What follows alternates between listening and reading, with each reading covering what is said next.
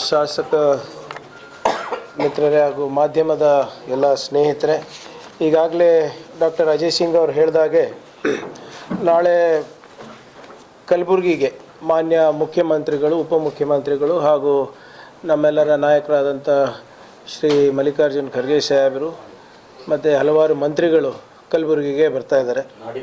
ನಾಡಿದ್ದು 12ನೇ ತಾರೀಕು ಬೆಳಗ್ಗೆ 10 ಗಂಟೆಗೆ ಅಲ್ಲಿಂದ ಬೆಂಗಳೂರಿಂದ ರವಾನೆಯಾಗಿ ಇಲ್ಲಿ 11:10 ಹಂಗೆ ಬಂದು ಇಲ್ಲಿಂದ ನೇರವಾಗಿ ಯಡ್ರಾಮಿ ಕಾರ್ಯಕ್ರಮಕ್ಕೆ ಹೋಗ್ತಾರೆ. ಈಗಾಗಲೇ ಅಜಯ್ ಸಿಂಗ್ ಅವರು ಹೇಳಿದಂಗೆ ಯಡ್ರಾಮಿನಲ್ಲಿ ಸುಮಾರು 82 ಅಡಿಗಲ್ ಸಮಾರಂಭ ಇದೆ ಮತ್ತು 17 ಉದ್ಘಾಟನೆ ಸಮಾರಂಭಗಳಿದೆ. ಒಟ್ಟಾರೆ 99 ಕಾಮಗಾರಿಗಳು ಅನುಷ್ಠಾನಗೊಳ್ಳಲಿದೆ.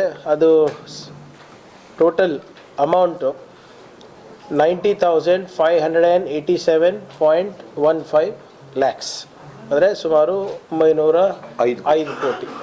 ಇದು ಸಂಪೂರ್ಣ ಮಾಹಿತಿಯನ್ನು ತಮಗೆ ತಲುಪಿಸ್ತೀವಿ. ಅವ್ರು ಬರೀ ಅವ್ರದ್ದು ಹೇಳಿದ್ರು, ನಮ್ದು ಹೇಳಿಲ್ಲ ಅಜಯ್ ಸಿಂಗ್ ಅವರು. ಅದರಲ್ಲಿ ಭಾಳ ಪ್ರಮುಖವಾದಂಥ ಕಾರ್ಯಕ್ರಮ ಏನು ಇದೆ ಅಂದರೆ ಪ್ರಜಾಸೌಧ. ಅಫ್ಕೋರ್ಸ್ ಎಲ್ಲ ಇಡೀ ಕಲ್ಯಾಣ ಕರ್ನಾಟಕಕ್ಕೆ ಸಂಬಂಧಪಟ್ಟಿದ್ದಿದೆ.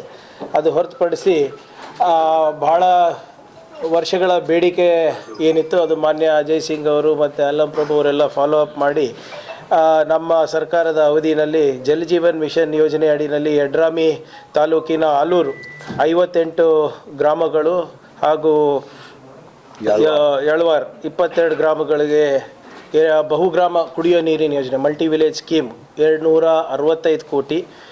ಅದರ ಜೊತೆಗೆ ಯಳವಾರಿಗೆ ಹಾಗೂ ಇತರ ಗ್ರಾಮಗಳಿಗೆ 20 ಗ್ರಾಮಗಳಿಗೆ ಸುಮಾರು 79 ಕೋಟಿ.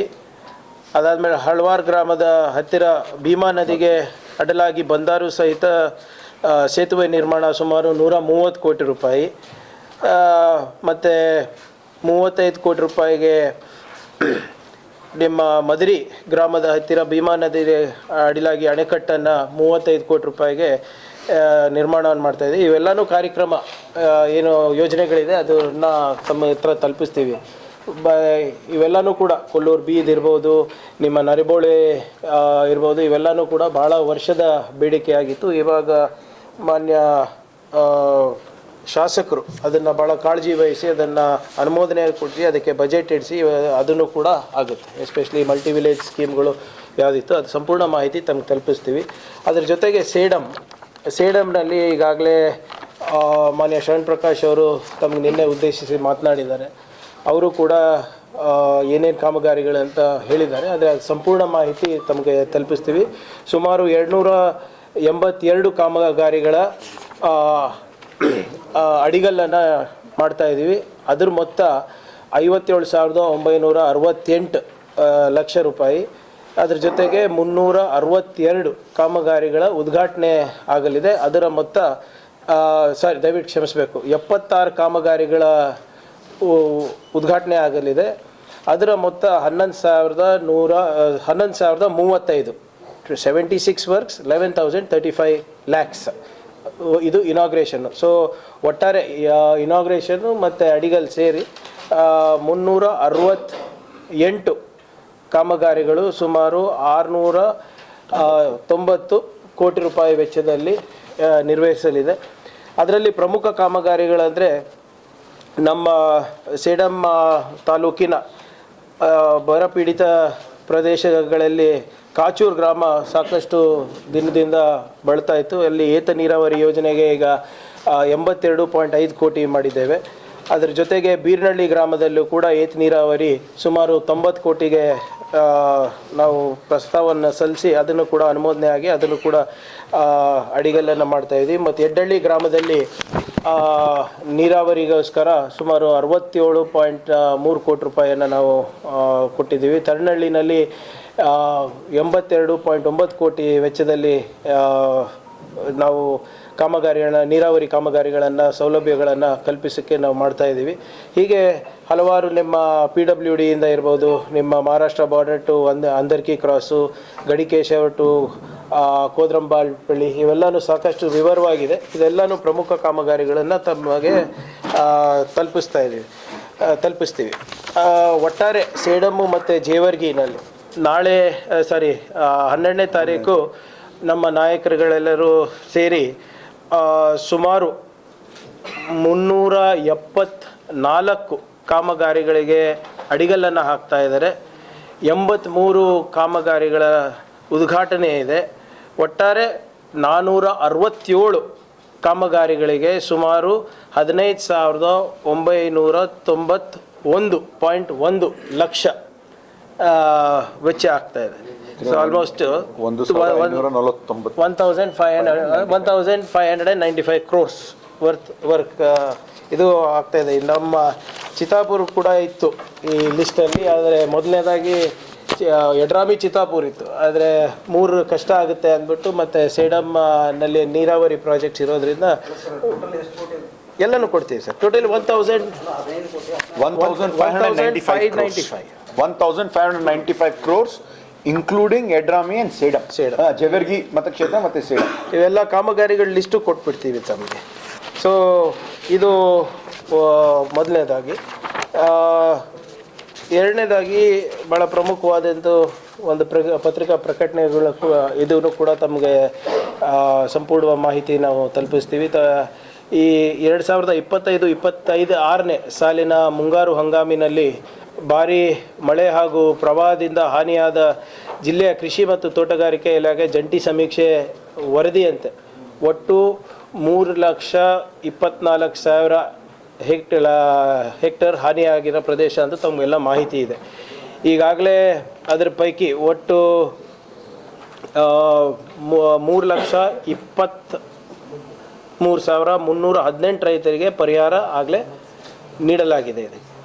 ಸುಮಾರು ಕಲಬುರಗಿ ಜಿಲ್ಲೆಯಲ್ಲಿ ಈಗಾಗಲೇ SDRF ನಿಯಮಗಳ ಪ್ರಕಾರ 2,597.21 ಲಕ್ಷ ಪಾವತಿಯಾಗಿದೆ.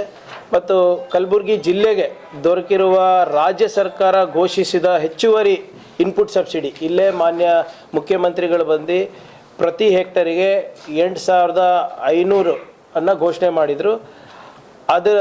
ಅದ್ರ ತಕ್ಕಂಗೆ ಈಗಾಗಲೇ 24,775.82 ಲಕ್ಷಗಳನ್ನು ಈಗಾಗಲೇ ಪಾವತಿಸಲಾಗಿದೆ ನಮ್ಮ ಇನ್ಪುಟ್ ಸಬ್ಸಿಡಿ. ಸೊ ಒಟ್ಟಾರೆ ಕಲಬುರಗಿ ಜಿಲ್ಲೆಗೆ ಈಗಾಗಲೇ ವಿತರಿಸಲಾಗಿರುವ ಪರಿಹಾರ ಒಟ್ಟು 49,873.03 ಲಕ್ಷ, 49,873.03 ಲ್ಯಾಕ್ಸ್.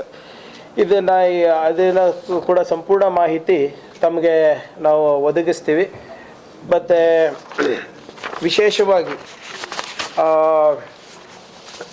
ನಮ್ಮ ಈ ಅತಿವೃಷ್ಟಿಯಿಂದ ಸಾಕಷ್ಟು ನಮ್ಮ ಜಿಲ್ಲಾ ಪಂಚಾಯತಿ ರಸ್ತೆಗಳು ಹಾಳಾಗಿದ್ದು ತಾವು ಕೂಡ ಅದು ಹೋದ ತಿಂಗಳು ನಮ್ಮ ಗಮನಕ್ಕೆ ತಂದಾಗ ನಾನು ಮಾತು ಕೊಟ್ಟಿದ್ದೆ, ಒಂದು ವಿಶೇಷವಾದಂಥ ಪ್ಯಾಕೇಜನ್ನು ನಾವು ಕಲಬುರಗಿಗೆ ನಾವು ನೀಡ್ತೀವಿ ಅಂದ್ಬಿಟ್ಟು.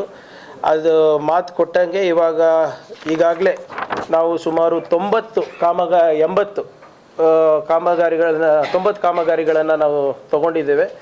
ಸುಮಾರು 88.8 ಕ್ರೋರ್ಸ್ ಅಫ್ಜಲ್ಪುರು, ಆಳಂದು, ಚಿಂಚೋಳಿ, ಚಿತ್ತಾಪುರ್, ಜೇವರ್ಗಿ, ಕಲಬುರಗಿ ಸೌತ್, ಕಲಬುರಗಿ ರೂರಲ್, ಚಿತ್ತಾಪುರ ಎಲ್ಲ ಕಾನ್ಸ್ಟಿಟ್ಯೂನ್ಸಿಗಳಿಗೆ ಕೂಡ, ನಮ್ಮ ಜಿಲ್ಲೆಯಲ್ಲಿ ಬರುವಂಥ ಎಲ್ಲ ಕಾನ್ಸ್ಟಿಟ್ಯೂನ್ಸಿಗಳಿಗೆ ಕೂಡ ಒಂದು ವಿಶೇಷವಾದಂಥ ಅನುದಾನ RDPR ಇಂದ ಅರೌಂಡ್ 88.8 ಕ್ರೋರ್ಸನ್ನು ಬೇಸ್ಡ್ ಪ್ಯೂರ್ಲಿ ಆನ್ ಎಲ್ಲಿ ಹಾನಿಯಾಗಿದೆ ಅಂದ್ಬಿಟ್ಟು ನಾವು CEOಗಳಿಂದ ನಮ್ಮ ಇಂಜಿನಿಯರ್ಗಳಿಂದ ತೊಗೊಂಡು ಎಲ್ಲ ಶಾಸಕರ ಜೊತೆ ಕನ್ಸಲ್ಟ್ ಮಾಡಿ ಅವರ ಅನಿಸಿಕೆ ಏನಿದೆ ಮತ್ತು ಸಾರ್ವಜನಿಕರ ಅನಿಸಿಕೆ ಏನಿದೆ ಅಂತ ಪಡೆದು ಇದನ್ನು ನಾವು ಸ್ಯಾಂಕ್ಷನ್ ಮಾಡಿದ್ದೀವಿ. ಇದು ಟೆಂಡರ್ ಸ್ಟೇಜ್ನಲ್ಲಿದೆ. ಬಹುಶಃ ಇನ್ನು 1 ತಿಂಗಳ ಒಳಗಡೆ ಇದು ಟೆಂಡರ್ ಆಗಿ ಈ ಕಾಮಗಾರಿಗಳನ್ನು ಕೂಡ ನಾವು ಚಾಲನೆಯನ್ನು ನಾವು ನೀಡ್ತೀವಿ.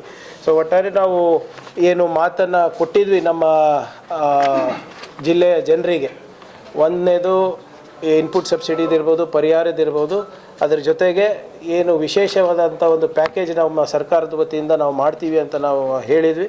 ಇವೆರಡೂ ಕೂಡ ನಾವು ಮಾತಿಗೆ ತಕ್ಕಂಗೆ ನಾವು ನಿರ್ವಹಿಸಿದ್ದೀವಿ. ನುಡಿದಂತೆ ನಾವು ನಡೆದಿದ್ದೀವಿ ಅಂತ ನಾನು ಹೇಳಲಿಕ್ಕೆ ನಾನು ಬಯಸ್ತಾ ಇದ್ದೀನಿ. ಅದರದ್ದು ಇವೆರಡು ಮೂರು ವಿಷಯ ಹೊರತಾಗಿ ನಾಳೆ ತಮಗೆ ಗೊತ್ತಿರೋಗೆ ಭಾಳ ಒಂದು ಪ್ರಮುಖವಾದಂಥ ಬೇಡಿಕೆ ಈ ಭಾಗದ ನಮ್ಮ ಯುವಕರು ಇತ್ತು. ಒಂದು IAS KAS ಕಾಂಪಿಟೇಟಿವ್ ಎಕ್ಸಾಮ್ಸ್ ಇಲ್ಲೇ ಒಂದು ಕೇಂದ್ರ ಆಗಬೇಕು ಅಂತ 2 ವರ್ಷದ ಹಿಂದೆ ನಾನು ನಮ್ಮ ರಿಪಬ್ಲಿಕ್ ಡೇ ಭಾಷಣದಲ್ಲಿ ಕೂಡ ನಾನು ಹೇಳಿದ್ದೆ ನಾವು ಮಾಡ್ತೀವಿ ಅಂತ. 2 ವರ್ಷ ಆದ ನಂತರ ಅದಕ್ಕೂ ಕೂಡ ಇವತ್ತು ನಾಳೆ ಚಾಲನೆ ನೀಡ್ತಾ ಇದ್ದೀವಿ. ಸುಮಾರು 500 ಜನ ಈಗಾಗಲೇ ಅದಕ್ಕೆ KEA ಮುಖಾಂತರ ನಾವು ಸೆಲೆಕ್ಟ್ ಮಾಡಿದ್ದೀವಿ. ಇನ್ನೂ 500 ಜನಕ್ಕೂ ಕೂಡ ಅವಕಾಶ ಇದೆ. ಅದನ್ನು ಕೂಡ ನಾವು ಈಗ ಟ್ರಯಲಿಗೆ ಮಾಡಿದ್ಮೇಲೆ ಇನ್ನೂ 500 ಜನ ಹೇಗೆ ತೊಗೊಳೋದಂತಲೂ ಕೂಡ ಅದು ಮಾಡ್ತೀವಿ. ಅದನ್ನು ಕೂಡ ನಾಳೆ tender. Yes sir, it is only by tender. ಎಲ್ಲರೂ ಬಂದಿದ್ದರು. ಕೆಲವು ಮಾನದಂಡಗಳು, ನಮ್ಮ ಜನ ಹೋಗಿ ಹೈದರಾಬಾದಿಗೆ ಹೋಗಬಾರ್ದು, ಬೆಂಗಳೂರಿಗೆ ಹೋಗಬಾರ್ದು, ಧಾರವಾಡಿಗೆ ಹೋಗಬಾರ್ದು, ಡೆಲ್ಲಿಗೆ ಹೋಗಬಾರ್ದು ಅಂದ್ಬಿಟ್ಟು ಟೆಂಡರ್ ಪಾರ್ಟಿಸಿಪೇಷನಲ್ಲಿ ಇನ್ಸೈಟು ಮತ್ತು ವಾಜಿರಾಮ್ಸು ಎಲ್ಲರೂ ಪಾರ್ಟಿಸಿಪೇಟ್ ಮಾಡಿದ್ರು. ಅವ್ರದ್ದಾದಂಥ ಕೆಲವು ಅಧಿಕಾರಿಗಳನ್ನೇ ಕೂಡಿಸಿ ಅದು ಯಾವ ಮಾನದಂಡ ನೋಡ್ಕೊಂಡು ನಮ್ಮ ಭಾಗ ಜನರಿಗೆ ಯಾವ್ದು ಸೂಟ್ ಆಗುತ್ತೆ ಅದನ್ನು ಮಾಡ್ತಾಯಿದ್ವಿ. ಇದ್ರ ಹೊರತುಪಡಿಸಿ ಅಲ್ಲೇ ಲ್ಯಾಂಗ್ವೇಜ್ ಲ್ಯಾಬ್ ಕೂಡ ನಾವು ಸೆಟಪ್ ಮಾಡ್ತಾಯಿದ್ವಿ. ಕಮ್ಯುನಿಕೇಷನ್, ಇಂಗ್ಲೀಷ್ ಕಮ್ಯುನಿಕೇಷನಿಗೆ ಮತ್ತು ಸೋಷಿಯಲ್ ಕೋಶೆಂಟು, ಇಂಟೆಲಿಜೆನ್ಸ್ ಕೋಶೆಂಟು, ಇಮೋಷ್ನಲ್ ಕೋಶೆಂಟ್ಗಳನ್ನು ಕೂಡ ಬೆಳೆಸಲಿಕ್ಕೆ ಅಲ್ಲೇ ಮಾಡ್ತಾಯಿದ್ವಿ. ಅದ್ರದ್ದು ಕೂಡ ನಾಳೆ ಉದ್ಘಾಟನೆ ಇದೆ. ಅದಕ್ಕೆ ಸುಮಾರು 30 ಕೋಟಿ ರೂಪಾಯಿ ಖರ್ಚಾಗಿದೆ. KKRDBಯಿಂದನೂ ಅನುದಾನ ಬಂದಿದೆ ಮತ್ತು ನಾನು ಸೋಷಿಯಲ್ ವೆಲ್ಫೇರ್ ಇದ್ದಾಗ ಅನುದಾನವನ್ನು ನಾನು ನೀಡಿದ್ದೆ ಅವಾಗ ಒಂದು 20 ಕೋಟಿ. ಸೊ ಇದೂ ಭಾಳ ಪ್ರಮುಖವಾದಂಥ ಒಂದು ಭರವಸೆಯನ್ನು ನಾವು ಈಡೇರಿಸಿದ್ದೀವಿ. ಸೊ ಇದನ್ನು ತಮ್ಮ ಮುಂದೆ ಇಡ್ಲಿಕ್ಕಂತ, ತಮ್ಮ ಮುಂದೆ ಪ್ರಸ್ತಾಪ ಮಾಡಲಿಕ್ಕಂತ ತಮಗೆ ಆಹ್ವಾನ ಮಾಡಿದ್ದು. ದಯವಿಟ್ಟು ನಾಳೆ ತಾವೆಲ್ಲರೂ ಪ್ರಬುದ್ಧ ಅಕಾಡೆಮಿಯ ಒಂದು ಉದ್ಘಾಟನೆ ಸಮಾರಂಭಕ್ಕೆ ತಾವು ಬರಬೇಕು ಅಂತ ಎಲ್ಲರ ವತಿಯಿಂದ ಹಾಗೂ ವೈಯಕ್ತಿಕವಾಗಿ ತಮಗೆ ಆಹ್ವಾನ ಇದೆ. ಧನ್ಯವಾದಗಳು.